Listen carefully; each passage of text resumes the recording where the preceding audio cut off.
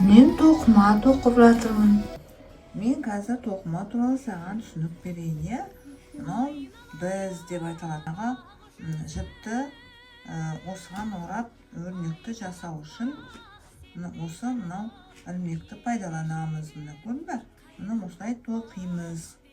Міне бұл тоқыманы өзің үйреніп алған соң осылай тоқымадан әртүрлі заттар тоқуға болады, иә? Шұлық тоқуға болады, бас киім тоқуға болады.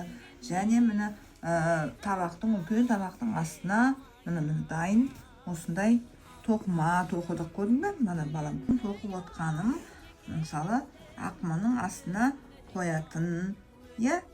Ыстық жаңағы дастархан күйіп кетпеу үшін ыстық табақты, ыстық жаңағы ақманды қоюға арналған осындай тоқыма тоқып жатырмын, көрдің бе?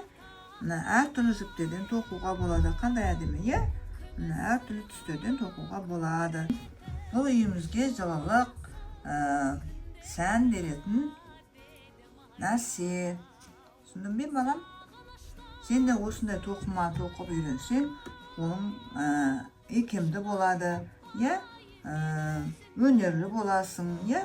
Осындай әжең сияқты үлкен осындай нәрсені тоқып үйрене аласың. Түсіндің бе, балам?